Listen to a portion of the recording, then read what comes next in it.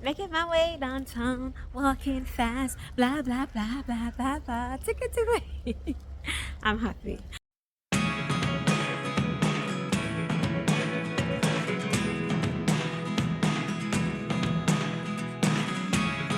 Never really know what's going on. Look at me sometimes like all you want to do is run. Hear me out, hear me out. It's all the things you never show. Happy birthday to me. There are the things I want I to am know. in Asia. Secrets die in your heart so slow. But if you don't wanna tell me now, I guess I'll never know. Losing almost all my energy. Hi guys. Welcome officially to my channel. This is my third attempt at starting a YouTube channel. I am recording in an open space in the Heroes Park back home where I am in Jamaica. So I do apologize if there is a lot of background noise. This is time that I could have made it. It's relatively quiet here, but you will hear cars and bikes and stuff passing. I will try to blog it out as much as I can, but just bear with me while I take you along this crazy little adventure of mine. Turkey is a Eurasian country, partly in Europe, partly in Asia. I would have been going to the other side of the world, to a country that speaks Turkish, a language that is not spoken in Jamaica. I don't know anyone who speaks Turkish. I've never studied Turkish. Apart from the series Magnificent Century, that's the extent of learning Turkish.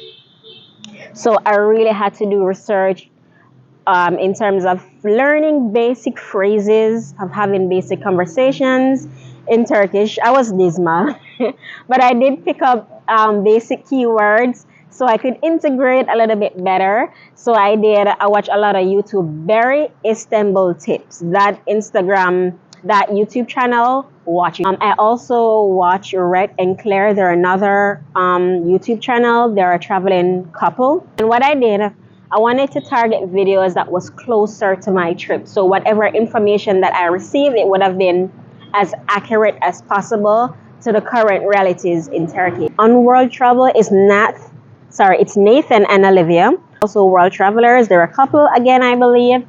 And so I really followed up the channels of persons who visited Turkey, of persons who lived in Turkey permanently, but I also looked at channels of black solo travelers in Turkey, and then I looked at channels of black solo female travelers in Turkey. So I wanted to get the different experience to get a more holistic view of what Turkey would offer.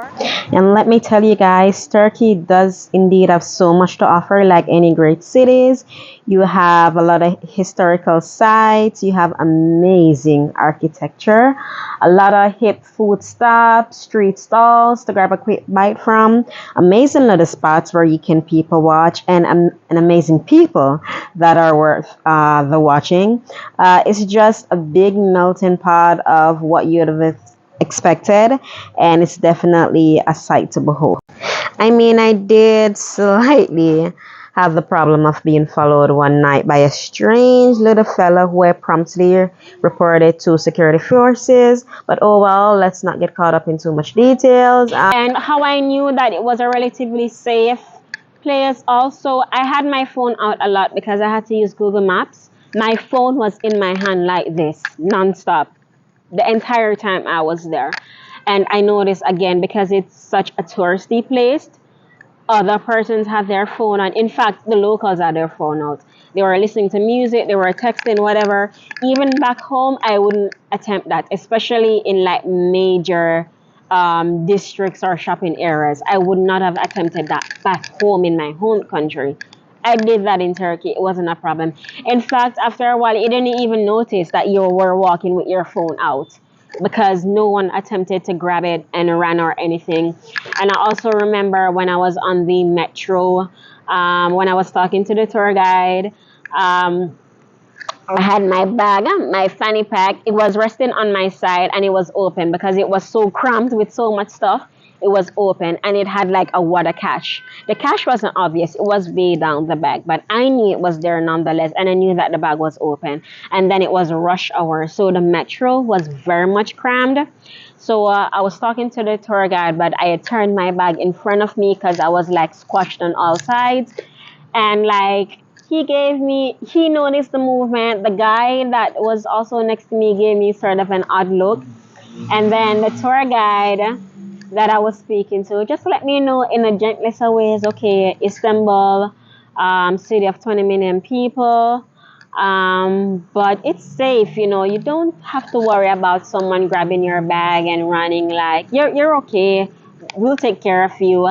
So I realized that I had made a fast pas or fast pass, whatever they call it. But I knew that it was a little bit of an error on my side to be so apprehensive. Maybe even though I didn't do it so abrasively or so aggressively, I realized that it was.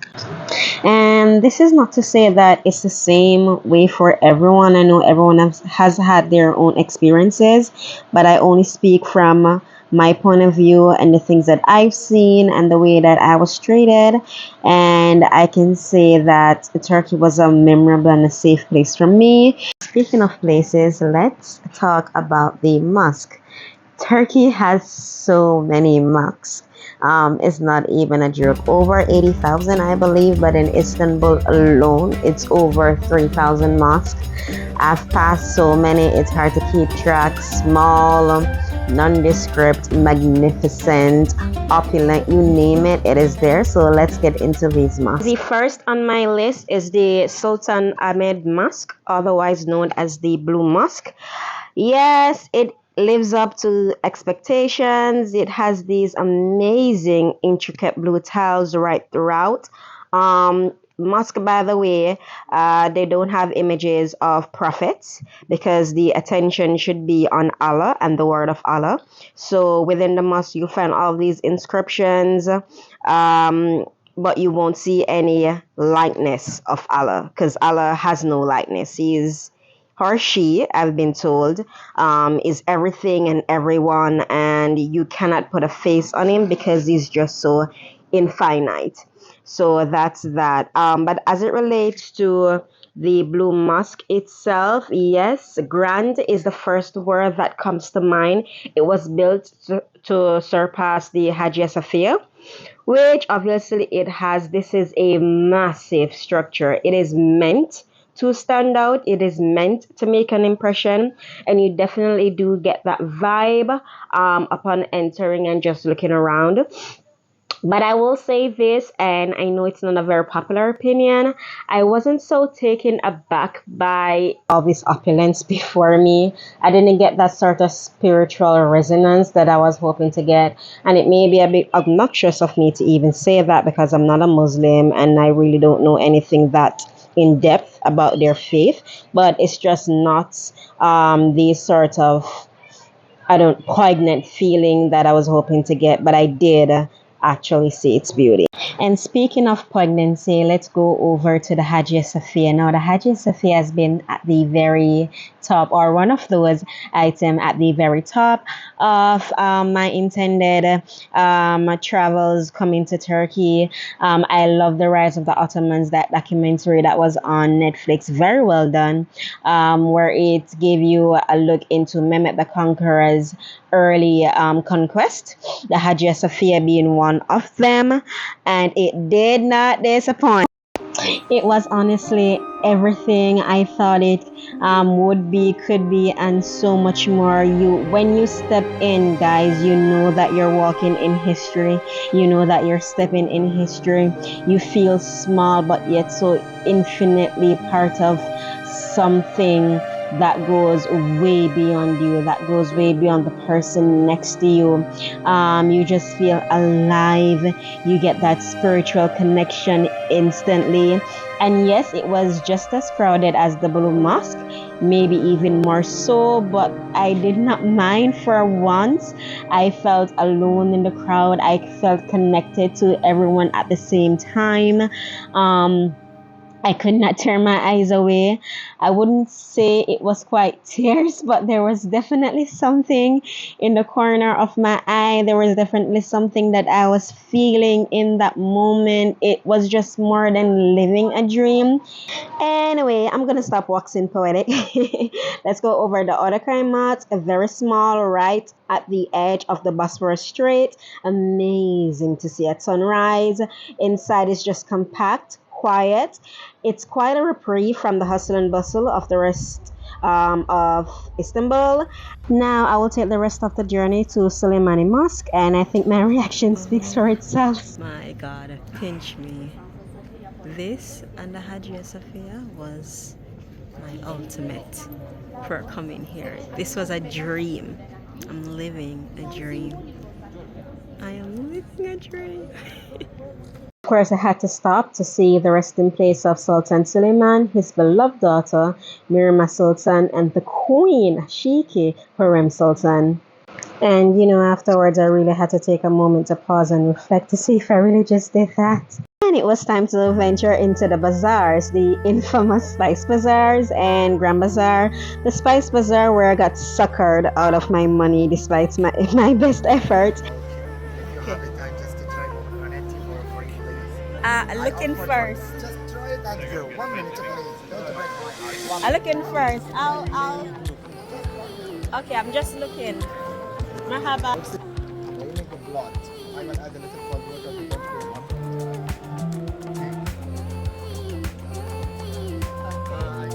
Yeah, I got suckered about the damn tea. Showed me that. He showed up there. He showed me these. And another one tried to get me, you guys, but this time I came prepared. I smell better. No, I smell better. So after the Spice Bazaar, it was time to head to the Grand Bazaar. Their tricks, they were a little bit different, but I was more than ready for them. No higher. Really? Yeah, I know what you want. You know what I want? You need red color high heel from my store. Come over. I have a suitcase with heels. Higher. I want you to tell them again what you like about Jamaica. Jamaica, Bob Marley, And marijuana. He's a good guy. I like him. Yeah, I like your country, the Jamaica, for the weeds. Yes. And also I like the Damian Marley. No. I like Damian Marley. Okay, he likes Jamaica for the weed. Yeah. Give me that. You're good. Something here. So not everything was caught in camera, but he was very slick, and damn, he looked good. I ain't blind, so after taking a photo with him and of him, I quickly got the hell out of Dodge.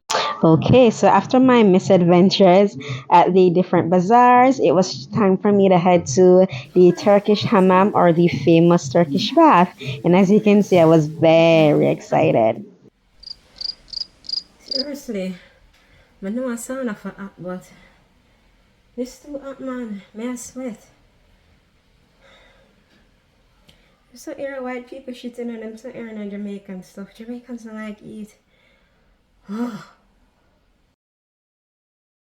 Okay, I'm not proud of it. It's not my best moment, but I did actually try to escape this whack ass sauna.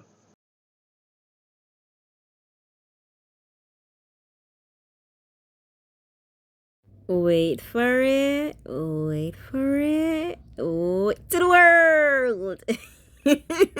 Oh my god. Oh my god. And freedom. I have heard so many horror stories. Fortunately, mine was not. I was so excited, soothed, rings, massage, all very sumptuous, all very serene. I enjoyed it to the ultimate max. I give this a 5 out of 5 stars experience. I'm gonna put the name somewhere in this video, but if you can, please put this Turkish massage or hammam if you're in Turkey. Update on a Bosphorus tour. Let's hope I don't drown. So the Bosphorus store, it runs along the Bosphorus Strait in Turkey, which is an internationally significant channel that separates the Black Sea from the Sea of Marmara. It also creates that continental divide of the old Turkey in Europe from the Anatolian side in Asia.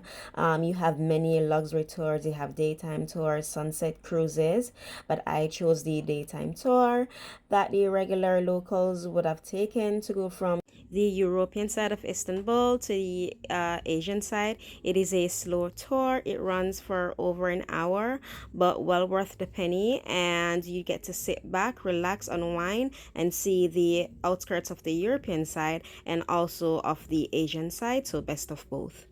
And speaking of Asia, love it! Dream come true. I love it. A lot of tourists didn't appreciate the Asian side of Istanbul. That was not my experience. It was a much more authentic feel immediately and a great place to feel lost in. Uzaklara gönlüm sıkılır. Sorma ne haldeyim sorma, kederdeyim sorma. Wow, I could stay here for 1,000 nights and see this for 1,000 more. What a life, it's beautiful. Uzaklara gönlüm.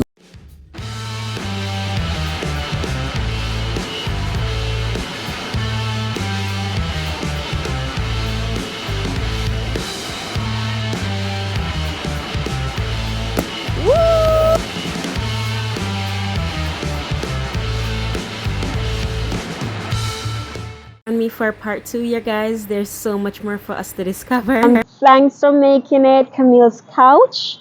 Like, watch, subscribe, share, whatever it is they say. I'm hoping to do more of this. I'm really hoping to grow as a channel. Bye bye.